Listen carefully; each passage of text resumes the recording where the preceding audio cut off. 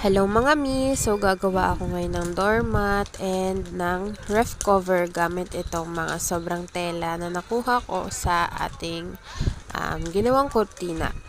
So ayan, perks ng marunong kang manahi is makakagawa ka kung ano man yung gusto mong gawin or tahiin. So ayan, tinahi ko lang yung gilid and then nilagyan ko siya ng palaman ng mga tela para yun yung magsisipsip ng basa in case na basa ang ating doorway. And then, tinahian ko lang siya ng palibot hanggang sa gitna para hindi bibitaw yung ating palaman sa loob. So, ayan guys. Tapos na yung ating doormat. Dalawa yung nagawa ko. Isa dito sa labas at isa dito sa loob sa may kusina. And gumawa din pala ako ng ref cover na may bulsa sa gilid. So, ayan.